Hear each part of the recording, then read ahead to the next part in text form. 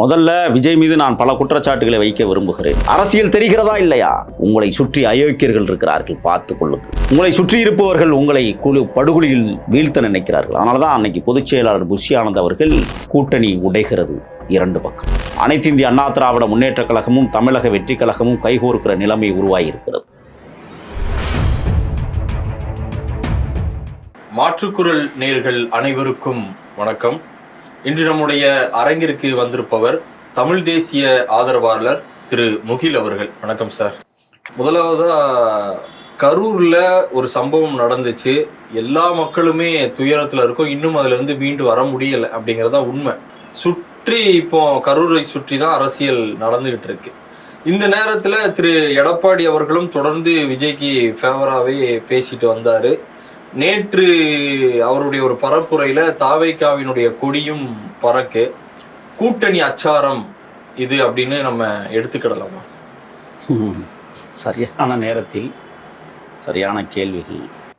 10,000 பேர் கலந்து கொள்வார்கள் என்று தாவேகா எழுத்துப்பூர்வமாக சொல்லிவிட்டது. 10,000 பேர்னா அவங்க கட்சிக்காரன் வந்திருப்பான். 10,000 பேர் பார்க்க வந்தவர்கள் விடுமுறை நாட்களில். ஒருவேளை பள்ளிக்கூடம் திறப்பாக இருந்திருந்தால் இந்த குழந்தைகள் மரணித்திருக்க வாய்ப்பில்லை. ஆனால் பொதுமக்கள், அன்றாடங்காட்சி மக்கள் ஒரு நடிகனை பார்க்க வேண்டும் என்று தான் வந்தார்களே ஒழிய ஒரு தலைவனை பார்க்க வேண்டும் என்று வந்ததாக எனக்கு தெரியவில்லை. சரி, முன்னாள் முதலமைச்சர் எடப்பாடியார் அவர்கள் 43 கேள்விகளை இந்த அரசிற்கு தொடுத்திருக்கிறார். 43 கேள்விகளுக்கும் அரசு இதுவரை பதில் சொல்லியிருக்கிறதா என்றால் தேட வேண்டிய சூழலில் இருக்கிறது. ஒரு எதிர்க்கட்சி தலைவர், முன்னாள் முதலமைச்சர் இந்த கருத்துக்களை கேட்கிறார் என்றால் அந்த கருத்துக்களுக்கு பதில் சொல்லாமல் கடந்து போவது ஏன்?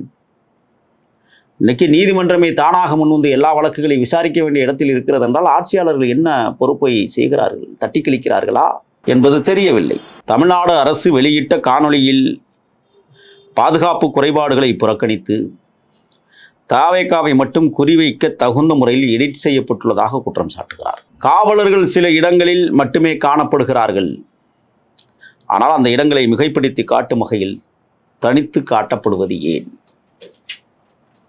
தற்போது அரசு அதிகாரிகள் திமுகவின் ஐடி விங் வேலையை செய்வது போல தெரிகிறது. கரூர் சம்பவத்தை பற்றி அரசு வெளியிட்ட காணொளி திமுக ஐடி விங் மற்றும் அதன் ஆதரவாளர்களால் வெளியிடப்படும் காணொளிகளின் பாணியிலேயே உருவாக்கப்பட்டுள்ளதாக குற்றச்சாட்டு. திமுக ஐடி விங் மற்றும் ஆதரவாளர்கள் சமூக ஊடகங்களில் பரப்பிய காணொளிகள் போதுமானதாக இல்லாததால் அரசு அதிகாரிகள் பத்திரிகையாளர் சந்திப்பை நடத்தி அதே மாதிரியான காணொலிகளை வெளியிட வைத்திருக்கிறார்கள். உண்மையில் அரசு அதே காணொலியை மீண்டும் வெளியிட்டுள்ளது என்றால் இது திமுக ஐடிவிங் பயன்படுத்தப்பட்டதா இல்லையா? கரூர் சம்பவத்தில் தமிழக வெற்றி கழகத்தினுடைய பொதுச் செயலாளர் புஷி ஆனந்த் அவர்களும் இணை பொதுச் செயலாளர் நிர்மல்குமார் அவர்களும் மாவட்ட செயலாளர் மதியழகன் மீதும் எஃப்ஐஆர் பதிவு செய்யப்பட்டிருக்கிறது. ஆனால் மதியழகன் கைது செய்யப்பட்டிருக்கிறார். மற்ற இருவரும் ஏன் கைது செய்யப்படவில்லை? எஃப்ஐஆர் போடாத விஜய் நடவடிக்கைக்கு உட்படுத்தப்படுவாரா இல்லையா? இருப்பினும் மதியழகனை மற்றும் கைது செய்திருக்கிறார்கள். மற்றவர்கள் ஏன் இன்னும் காலதாமதம்? நிர்மல்குமார் வெளிப்படையாகவே சென்னையில் தானே இருக்கிறார், ஏன் அவரை கைது செய்யவில்லை?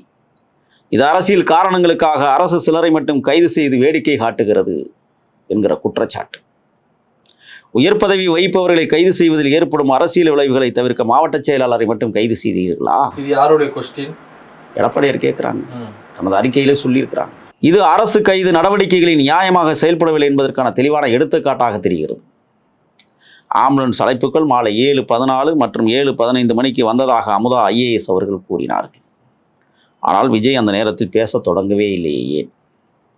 அவரது பேச்சு தொடங்குவதற்கு முன்பு ஆம்புலன்ஸ் அழைப்புகள் வந்ததால் அவரை தடுக்க முடிந்ததாக கேள்வி எழுகிறது. பேரழிவை தடுக்க வாய்ப்பிருந்தும் அது புறக்கணிக்கப்பட்டதா? ஆபத்தை அறிந்திருந்த போதும் அவர் பேச அனுமதிக்கப்பட்டது ஏன்? 6 தாவேகா ஆம்புலன்ஸ்கள், 7 அரசு 108 ஆம்புலன்ஸ்கள், 33 தனியார் மருத்துவமனை ஆம்புலன்ஸ்கள் வரவழைக்கப்பட்டதாக அமுதா IAS அவர்கள் கூறியிருக்கிறார்.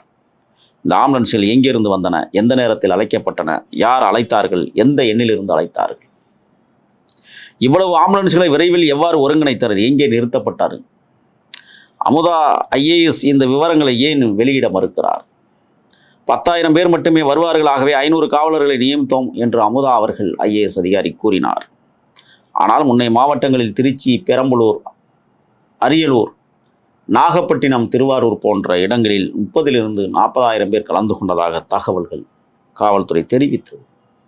10,000 பேர் மட்டுமே வருவார்கள் என்ற வாக்குறுதியை காவல்துறை எப்படி நம்பலாம்? உண்மையான கூட்ட அளவை கணிக்க உளவுத்துறை ஏன் கண்காணிக்கவில்லை? உளவுத்துறை அதிகாரிகள் ஒவ்வொரு விஜய் கூட்டத்திலும் கலந்து கொள்கிறார்கள். இதை கவனிக்க ஏன் நினைப்பு வரவில்லை? சோகம் நடக்கும் என தெரிந்து மாநில அரசு குறைவான காவலர்களை அனுப்பி வைத்ததின் மர்மம் என்ன? 500 காவலர்களை நியமித்தோம் என்று IAS அதிகாரி மதிப்பிற்குரிய அமுதா அவர்கள் கூறுகிறார். நேரடி கண்காணிப்பில் 100 காவலர்களுக்கு மேல் இல்லை என ஊடக நேர்காணலில் கூட காவலர்களின் இருப்பு குறைவாகவே காணப்படுகிறது. சுமார் 50 காவலர்கள் மட்டுமே பரவி இருந்ததாக பங்கேற்பாளர்கள் தெரிவிக்கிறார்கள். அரசு உண்மையில் 500 காவலர்களை நியமித்திருந்தால் ஆதாரம் வெளியிடப்பட வேண்டும். காவலர்கள் தாவேகா தொண்டர்களை தடியடி செய்யவில்லை என்று IAS அதிகாரி அமுதா அவர்கள் தெரிவித்திருக்கிறார். ஆனால் காலனி ஆதாரங்கள் பல ஊடகங்களில் வெளியாகி தடியடி நடந்தது தெளிவாக காணப்படுகிறது. அதை ஏன் சமர்ப்பிக்காமல் தவிர்க்கிறார்கள்? உண்மையில் கூட்டம் தடியடி மூலமாகவே கட்டுப்படுத்தப்பட்டது என்று ADGP டேவிட்சன் ஆசீர்வாதம் கூட கரூரில் இதை ஒப்புக்கொண்டிருக்கிறார். காணொலி இருக்கிறது. அமுதா IAS தடியடி எதுவும் நடக்கவில்லை, கூட்டத்தை கட்டுப்படுத்த லத்திகள் மட்டுமே பயன்படுத்தப்பட்டது என்கிறார். லத்திகள் எதற்காக பயன்படுத்தப்பட்டது? பொதுமக்கள் தடியடி நடந்ததை காணொலியில் பார்த்திருக்கிறார்கள். லத்திகளை பயன்படுத்துவது தடியடி அல்ல என கருதி கூட இதற்கான கேள்விகள் நீண்டு கொண்டே செல்கிறது. சுமார் 30,000 பேரை கொண்ட கூட்டத்தில் 500 காவலர்களுடன் லத்திகளை பயன்படுத்துவது ஆபத்தான விளைவுகளை உருவாக்கும் என்பது தெரியாமல் போனது ஏன்? இவ்வளவு பெரிய கூட்டத்தில் லத்திகளை பயன்படுத்த உத்தரவிட்ட காவல்துறை அதிகாரி யார்? ஒரே இரவில் 39 பிரேத பரிசோதனை நடந்தது. இது மனிதாபிமான அடிப்படையில் என்று உள்துறை செயலாளர் அமுதா IAS அவர்கள் கூறியிருக்கிறார். மனிதாபிமான அடிப்படையிலும் 39 பிரேத பரிசோதனைகளை ஒரே இரவில் நடத்த போதுமான மருத்துவர்கள் உபகரணங்கள் எவ்வாறு ஏற்பாடு செய்யப்பட்டுள்ளன? கரூர் அரசு மருத்துவமனையில் உண்மையில் 39 பிரேதங்களை நடத்த முடியுமா? இதற்கு யார் அங்கீகாரம் வழங்கினார்கள்? போதுமான மருத்துவர்கள் கரூரில் இருந்தனரா? இல்லை எனில் கூடுதல் மருத்துவர்கள் எங்கிருந்து வந்தனர்? யார் அனுப்பியது? இந்த முக்கிய விவகாரங்களில் எல்லாம் மதிப்பிற்குரிய IAS அதிகாரி உள்துறை செயலாளர் அமுதா அவர்கள் விளக்கமளிக்க வேண்டும் என்றெல்லாம் இன்றைக்கு பரப்புரை கூட்டத்தில் சொல்லுகிறார், அறிக்கைகளில் கொடுக்கிறார். இதற்கு என்ன தீர்வு? நான் இன்னொன்றையும் கேட்குறேன். செல்லும் இடமெல்லாம் எடப்பாடியாருக்கு மிகச்சிறப்பான வரவேற்பு கூட்டங்கள் நடந்து கொண்டிருக்கிறது. எங்கேயாவது ஒரு சிறிய அசம்பாவிதம் உண்டா? 157 இடங்களில். ஏன் பண்பட்ட அரசியலை பக்குவமாக நகர்த்துகிற இடத்தில் அனைத்து இந்திய அண்ணா திராவிட முன்னேற்றக் கழகம் தமிழக வீதிகளில் இன்றைக்கு அவர்கள் ஏற்பாடு செய்கிற கூட்டங்களில் அனுபவம் பேசுகிறது. முதல்ல விஜய் மீது நான் பல குற்றச்சாட்டுகளை வைக்க விரும்புகிறேன். அதை குற்றச்சாட்டாக எடுத்துக்கொள்ளாமல் ஒரு ஆலோசனையாக மதிப்பிற்குரிய விஜய் அவர்கள் இதை எடுத்துக்கொள்ள வேண்டும். நீங்கள் பறந்து வருகிற அரசியலை தவிர்த்திடுங்கள். மக்களோடு மக்களாக கைகோர்க்கிற அரசியலை எப்போது எடுப்பீர்கள்? அன்றாடங்காட்சி மக்களிடம் இறங்கி வந்து ஆழமாக கைகுலுக்கி அவர்களுடைய உணர்வுகளை எப்பொழுது நீங்கள் பெற இருக்கிறீர்கள்? புரட்சித் தலைவர் எம்ஜிஆர் அவர்களும் புரட்சி கலைஞர் விஜயகாந்த் அவர்களும் அந்த எளிய மக்களிடத்திலே இறங்கி பழகிய காரணத்தால் தான் இன்று வரை அவர்கள் தலைவர் பெருமக்களாக பேசப்படுகிற வரலாறு தமிழ்நாட்டில் உருவாக்கப்பட்டிருக்கிறது. உங்களுக்கு எதற்காக இந்த மாபெரும் கூட்டம் கூடுகிற இடத்தில் இவ்வளவு பெரிய பேருந்து? இந்த பேருந்து பல நெருக்கடிகளை உருவாக்காதா? நீங்கள் பேருந்திலிருந்து தண்ணீர் பாட்டிலை தூக்கி வீசுகிறீர்கள். தண்ணீர் கொடுப்பது தலைவனுக்கு அழகல்ல, அதை தொண்டன் பார்த்து கொள்ள வேண்டும். ஆனால் நீங்கள் தண்ணீர் பாட்டிலை வீசுகிற போது தலைவன் தூக்கி வீசிய தண்ணீர் பாட்டில் தனது கைகளுக்கு கிடைத்தால் தான் அறிந்துவிட்ட மகிழ்ச்சியை கொண்டாடுவதற்கு ஒரு கூட்டம் எகிரி குதித்ததா இல்லையா? அதில் தானே ஒருவன் இறந்து போனான். இந்த தவறை ஏன் செய்தீர்கள்? சரி, ஏன் 7.5 மணி நேர தாமதம்? மக்களை முட்டாளாக்குகிறீர்களா? நீங்கள் பிற அரசியல்வாதியை விட மோசமாக இருக்கிறீர்கள். அரசியல் தெரிகிறதா இல்லையா? உங்களை சுற்றி அயோக்கியர்கள் இருக்கிறார்கள், பார்த்து கொள்ளுங்கள். உங்களை சுற்றி இருப்பவர்கள் உங்களை படுகொலியில் வீழ்த்த நினைக்கிறார்கள். அதனால தான் அன்னைக்கு பொதுச் செயலாளர் புஷி ஆனந்த் அவர்கள் மதியழகன் மாவட்ட செயலாளர் தான் அதுக்கு பொறுப்புன்ட்டு ஒதுங்கிக்கிறாரு.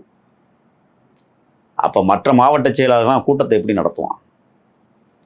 தலைமை பொறுப்பேற்க வேண்டுமா இல்லையா? ஏன் அரைக்கம்பத்தில் கொடிகள் இன்று வரை இறக்கப்படவில்லை? சரி, அதற்கும் பதில் உண்டு. 41 தமிழர்கள் இறந்திருக்கிறார்கள். அது தாவேக்காவுக்கு மட்டும் பொறுப்பல்ல. வந்த குழந்தை தாவேக்காவா? இல்லை. அங்கே இருந்து இறந்து போன தாய்மார்கள் தாவேக்காவா? ஏன் மற்ற கட்சிகளுக்கும் அந்த பொறுப்பு இல்லை? எப்படி தாவேகா மீது குற்றச்சாட்டு வைக்க முடியுமா? அப்படியும் பார்க்கணும். ஒன்று, ஆயுத பூசை நடத்துகிறாங்கன்னு சொல்லிட்டு ஒரு சின்ன வாழைக்கண்ணை கட்டியிருக்கான். அந்த டிரைவர் தான் நான் கட்டினதாக சொல்லப்பட்டது. அதில் மாலை கூட அந்த வண்டியை அலங்கரிக்கணும்னு நினச்சிருந்தா தாவேகா தொண்டர்கள் மின்னொளியில் வெளியிட வைத்திருப்பார்கள் அந்த பேருந்தை. ஆனால் ஒரே ஒரு சின்ன பூ கட்டி தொங்க விட்டுருந்தான். பாருங்கள், 41 தமிழர்கள் இறந்து போனதை ஆயுத பூசையாக கொண்டாடுகிறதுலாம் அற்பத்தனமான வேலைகளை செய்கிற கூட்டம் தமிழ்நாட்டில் இருக்கிறது. நீங்கள் கேட்டீங்க, கூட்டணி உடைகிறது 2 பக்கம். எழுதி வைத்துக் கொள்ளுங்கள். எந்த கூட்டணி? அதிமுக கூட்டணி உடையும். ஏன்னா இந்த சம்பவம் 27க்கு பிறகு, செப்டம்பர் 27க்கு பிறகு தமிழ்நாட்டினுடைய அரசியல் சூழல்கள் மாறிக்கொண்டிருக்கிறது.